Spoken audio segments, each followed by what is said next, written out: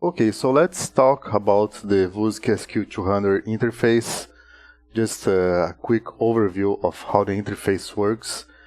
You can see here on the two LCD panels that you have a cursor. If I go left and right, you can see the cursor moving. I can't move any further because I don't have any tracks on this section. So first I have to create a track. So the interface, the idea of the interface is to use the keyboard as much as possible, so you don't have to rely too much on mouse clicks. So what happens is that each of the areas here from 1 to 8, you can just press Shift and the number on the keyboard to access the area. So if I want one section, I just press Shift 2 on the keyboard. If I want master, Shift 3. Settings is for the track, I don't have any track right now. Project is Shift 5.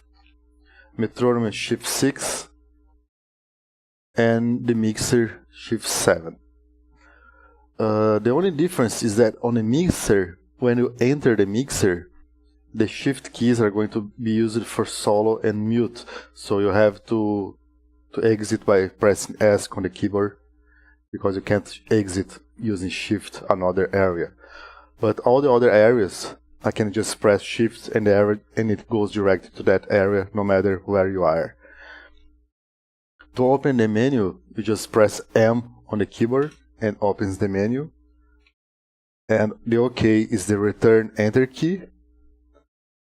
Record is the R key for record. The stop is the X key. And play is just the space bar for the play. And right now, if you click here on the Wusik logo and go options, you can see here play key. It works as play and stop. So if you want just to work as play, to do some live sequencing stuff, you just click here on play and it's going to work just for play. So the space bar can work for play and stop, and the X button, which is the stop button, is going to work for rewind and stop too. Then we have the shift play, is going to loop. You can see that it highlights the loop word, so it's looping now the section. The shift stop is going to rewind and play, so shift X rewinds and play.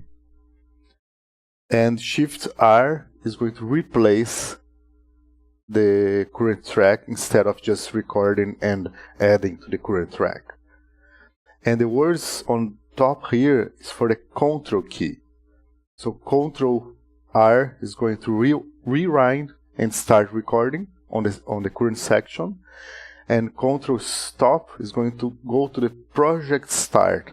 So let's say you have like 4 sections and you're on the last section, and you click on the Control X, is going to go to the first section and start playing from there.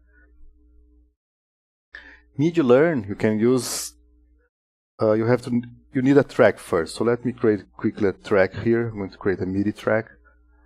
I don't think MIDI tracks can use mid-learn, so let's create an instrument track, sorry. So I have my instrument track here, and I click Ctrl M for the menu. The Shift M also works too. It's going to go to the mid-learn section. And if you have a track, now I have created a track, I can use the settings, Shift 4 to go to the settings.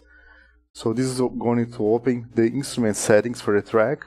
If it's an audio track, it's going to open the audio settings. And if it's a MIDI track, it's not going to open anything.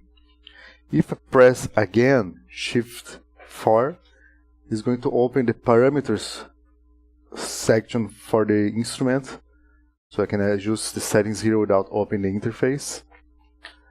The edit is going to work only when you have some notes recorder. So I have recorded a few notes, so now I'm going to press Shift 8.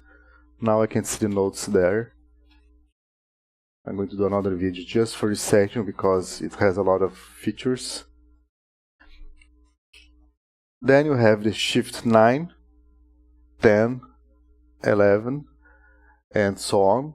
So what happens here? You can mute a track with Shift 9. You can see that it's muting here, or solo.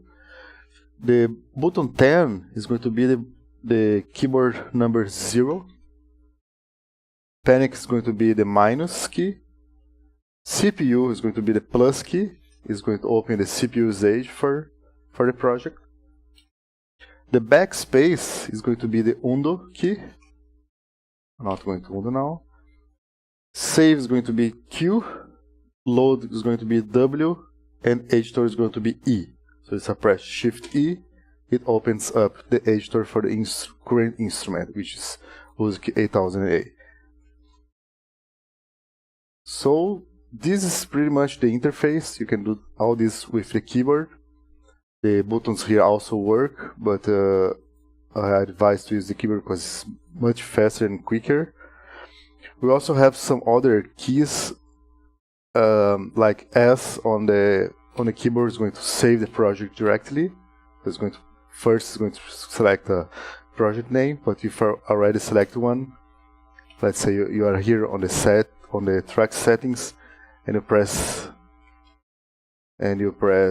S, it's just going to save the project directly.